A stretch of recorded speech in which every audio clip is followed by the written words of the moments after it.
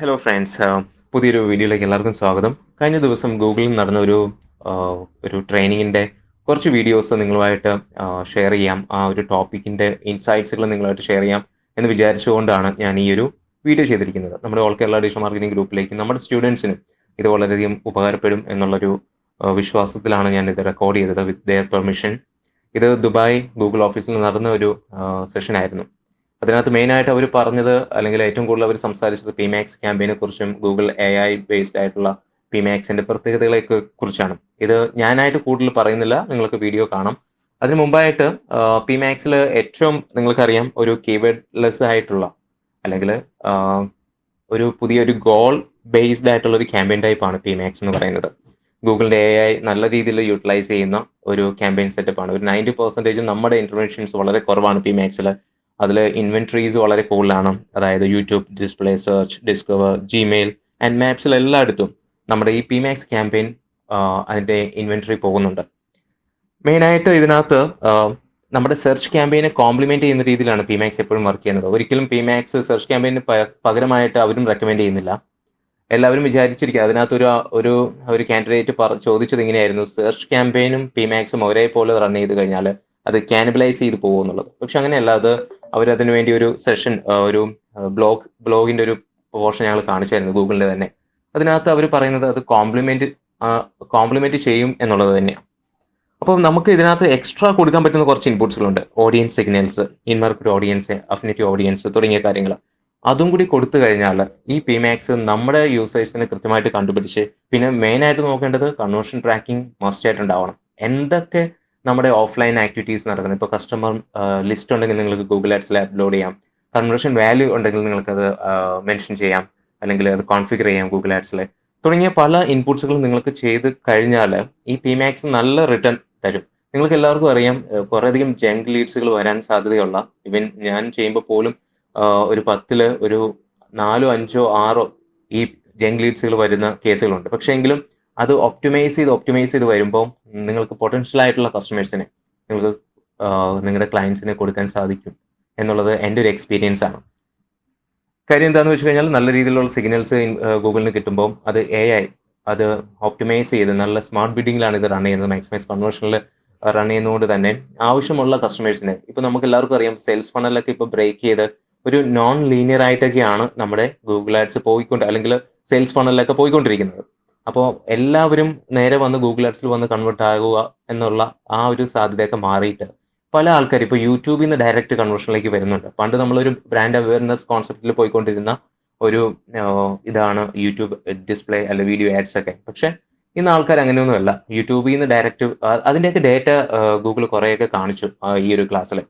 So നിങ്ങൾക്ക് ഈ ഒരു വീഡിയോ വളരെയധികം ഉപകാരപ്പെടും എന്ന് ഞാൻ വിശ്വസിക്കുന്നു. Show you like how to implement PMax campaign, and also like few tips and things to do for your PMax campaign. So I will go over it as well, and we'll show you this how it works basically. So the first thing as well, like on any campaign that you need to have the right goal. What are you trying to achieve with this PMax campaign? Here again, we talked about the power pair. So we will assume that you have already a good search campaign that is already running, that is on broad match, and that has all of the settings all together, the right structure. The ad groups are already set up correctly as well, with the relevant keywords as well. What we want to add to it here is the Performance Max campaign to come and optimize the other campaign, which is our search campaign. So they both come hand in hand together. One optimizes the other.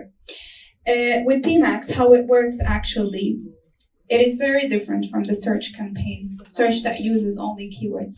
This campaign is a keywordless campaign. So we will need to feed it assets, text, images, and videos. What you need to make sure is to have as many text, as many descriptions, headlines as you can, because once you have the ad strength that appears for you and tells you, okay, your ad strength is very bad, like you need to add more keywords in your headlines, or you need to add more pictures. It's not it's not there like just like that. It is done for a reason, because we want to improve your ad strength. So this is very important in the PMax campaign. You need to have specific ad inventory or assets for this ad inventory, because it runs in YouTube, it runs in search, it runs in maps, display, and discovery. So we need to have our campaign running on all of these platforms so that we can grow more our business. Depending on your type of business, it can also use different feeds. So Google My Business for store visits, as we mentioned before, dynamic ads feed, Merchant Center for e-commerce, and also the business data feed. For the signals, this is, for me, the most important part, and the way to actually feed Google's AI that exists in the PMax campaign. Think of it as two things. I always tell this to my clients. You as a business, what are you doing? What is your business? What is your industry? You need to put the relevant in-market audiences in there that are relevant for you. So if you're a real estate, for example, you need to put the audiences that are in market looking to buy a house right now or to rent a house right now. The second part is the customer. The customer that I am looking for, what does he do in his life? What are his habits? Hobbies, maybe. So it can be, I don't know, business professionals, investors. It depends. So you need to have this two-way of thinking about the audiences that you need to put here and signals that you give to the Performance Max campaign to work in a correct and a good way that will help you as well reach the relevant customers for you. For signals as well, you have what we mentioned before is your own data. The data that you get as well, like from GA4, for example, your lists that you have, your customer lists as well. The second one, or the third and last one, would be the location targets. Where do you want your ads to appear? Is it multiple locations? Is it only one location? So here again, what you feed the campaign, it will be very helpful for the campaign to actually run. The language, will you be also having like CPM and ROAS targets? And of course, the last and important one is the budget that you will be allocating to your campaign. So far, so good. Any questions? Okay, nice. Okay. So here, of course, with the Performance Max campaign, as I told you, it runs with different campaigns that you already have in the account, specifically search. And of course, here we're talking about the lower funnel, and we're aiming, as always, to have a full funnel strategy. And most of you here knows that the best practice actually is to allocate 70 or to 80% to the lower funnel, which is the power pair, PMax and search. And the other percentage, it can be 30, it can be 40, it depends on the business, to demand gen and YouTube and the upper funnel. Here again, something very important, like we can't be talking about implementing Performance Max on any other type of campaign if we don't have the conversion tracking set up correctly and set up perfectly. So that's before launching anything, actually, we need to make sure that the conversion tracking is set up perfectly. And then it depends on your business. We can also set up values for these conversions. Okay, so I will just go here step by step to do an example on how to launch the campaign. But since most of you have it, feel free to stop me at any time to ask any questions or if we want us to clarify anything. Okay, so here the first thing, since we're not using the example of having a merchant center in the feed, so we will go with leads in this case, since we took the example of conversions before. Let's see here. Okay, I think Alia explained it already, but for any campaigns that we are launching, it is very important to know what is the objective or what is the goal of this campaign. And we need to set up or select the correct conversion that suits our goal. We don't want like multiple, calls, purchases at the same time together in one campaign. It will confuse the campaign. Imagine like if you're sitting and someone tells you, call and buy something, like it doesn't make sense because you need to do only one task at the same time. So this is why it's very important to have the conversion tracking, the conversion selected in the correct way. Here again, you can go ahead and delete the ones that are not relevant to you. Okay, PMax, we can choose PMax. Here, the bidding strategy. So you need to make sure as well, like to know what are you trying to achieve. What we recommend actually is to take it like, since if you are starting like a new campaign, we recommend to start like by doing maximize conversions and then going all the way up until you reach a ROAS or setting a target ROAS. So this you need to see what is the best strategy that fits your goals and will achieve or will help you achieve these goals. Okay. All right, here the country, the languages. Okay, here as well you can see more settings that you can check later on as well. Some of these settings here, we have final URL expansion that sends like traffic to specific URLs in your website.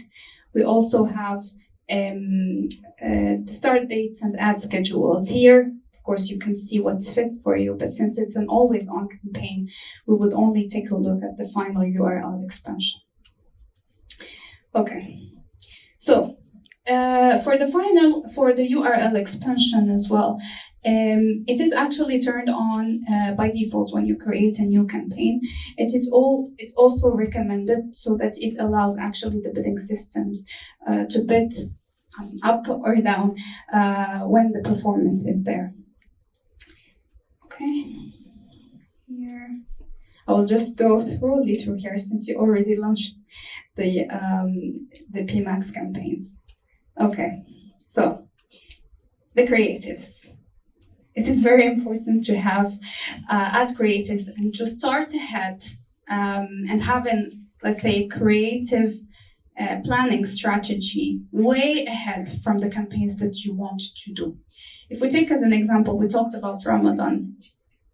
Ramadan, we all know it will be different message, different creatives. So you need to be prepared.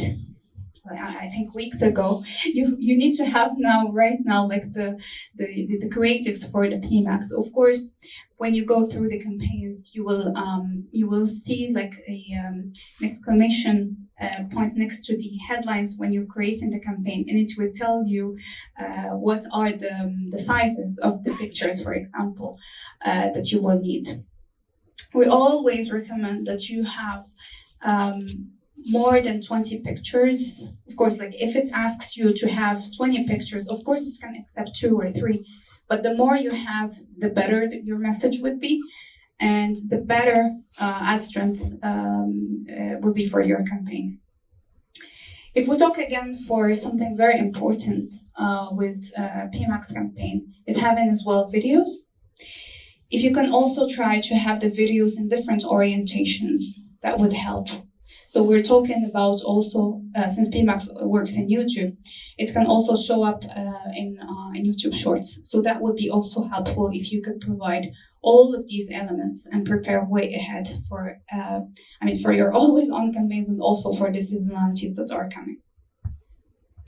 Okay, here I don't know if you can see exactly, but these are like some of the headlines, descriptions, how long. You can still find them in your accounts if you click the exclamation point arrow. Here again, the main idea here is to have the maximum assets in the PMax campaign. As you all know, like it feeds on the data that you give it, so you need to be very, very point on this part. Again, something to take a look at every time you open your Google Ads account or your PMax campaign. And also like for search as well, it's the same thing. The ad strength. This might make the difference between you and another competitor. You might have the same budget or they might have higher budget than you. But if you have more ad strength, you might have better chance of appearing because of this.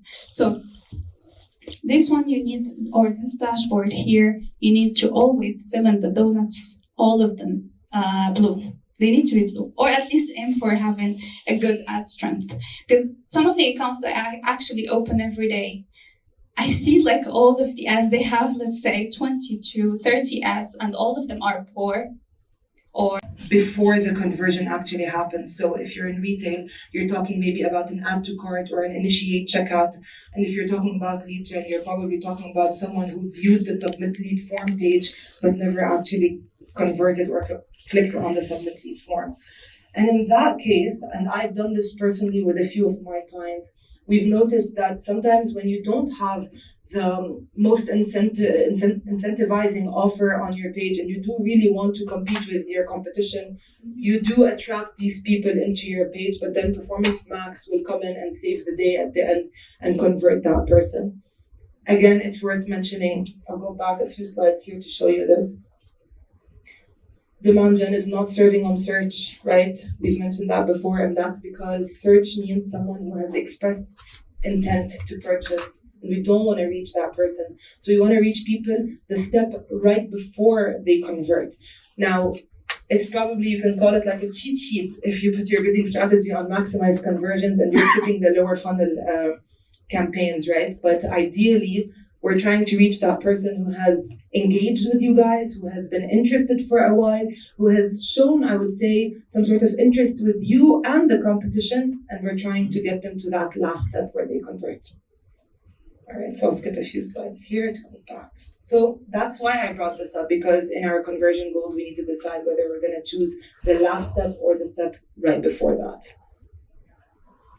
Finally, we're entering our desired campaign settings here. So we're talking about our bid strategies, what are we going to put, whether it was conversions or conversion value, or even on maximize clicks. And again, I would suggest this is a conversation you need to have with your account strategist so that they can find the optimal strategy for you based on your business objectives and what are the KPIs you're trying to reach.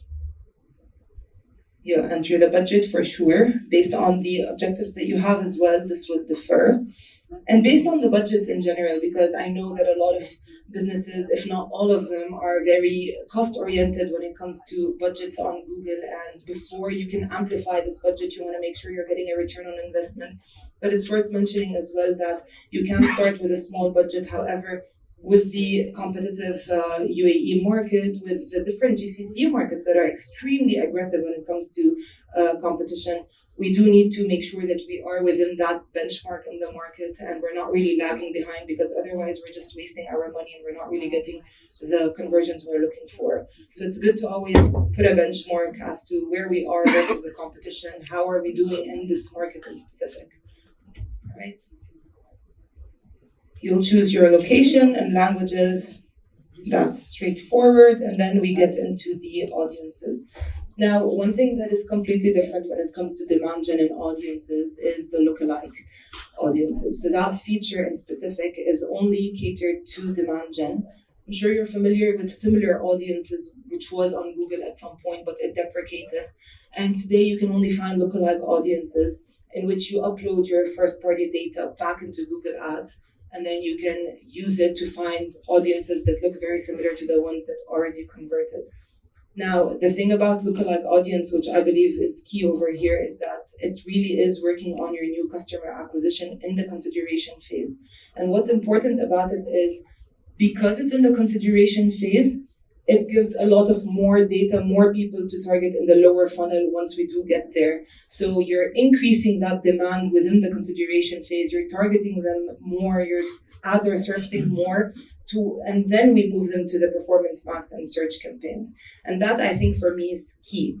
And also within lookalike, you can have 3 different ways of segmenting. So you can go for a bit broader or a bit narrower in terms of reach. And so The only thing I would say when it comes to, if anyone here is in health, is anyone in health? So we might have an issue there when it comes to lookalike, right? Because you can't upload the first party data. But that also does mean that we need to really work on our brand awareness. Make sure that people are they know who you guys are, because at the end of the day, in health, you're not just gonna convert just to convert, right? You're talking about your health. You need to really be a credible, a reputable brand out there for them to convert. So I would say use that campaign to kind of emphasize your brand, get out the messaging that really does show people that you are credible in the market, you're very aware of what's around the consumer behavior itself, and focus on audience tailoring. So I would say, again, reach out to your account strategist, let them share with you all of the insights, especially in Ramadan, regarding this audience that you can reach during this time. All right. And so, yeah, like I was saying earlier, on your audiences, that's from a technical aspect. When you do enter your audiences, there's a part where you can upload your first party data, and that could be as remarketing. But there's also a part where you can start using the lookalike feature. And in that lookalike feature, there's something called the seed list. So you can upload up to 10 customer match lists onto one seed list. So let's say you're a retail company today and you have all of this data. How do you segment it? You put your first customer match list for, let's say, those who are cart abandoners. The second one would be those who initiated checkout but never actually purchased. We can even target those who purchased in the last 60 days but never actually came back, and we want to retarget them with something else. So you can put those 3 lists onto one seed list in this lookalike audience. You can choose whether you want it to be narrow, balanced, or broad in terms of reach that is similar to your list. And based on that, Google will go out surfing on the different networks to find you people that are similar to the ones that already are in your lists. All right. Then you have the formats, which I think is key. Honestly, I can't emphasize more about finishing the asset coverage when it comes to demand gen. So you're going to find that it's a bit hefty when it comes to assets. You need a vertical and horizontal video. You need several different formats and images. But I'll tell you something, once we do follow all of these ad formats, the best practice when it comes to this, you really will see a change when it comes to your performance. I'm talking from personal experience with a client who has first started with the minimal requirements when it comes to this, just so that they can launch it.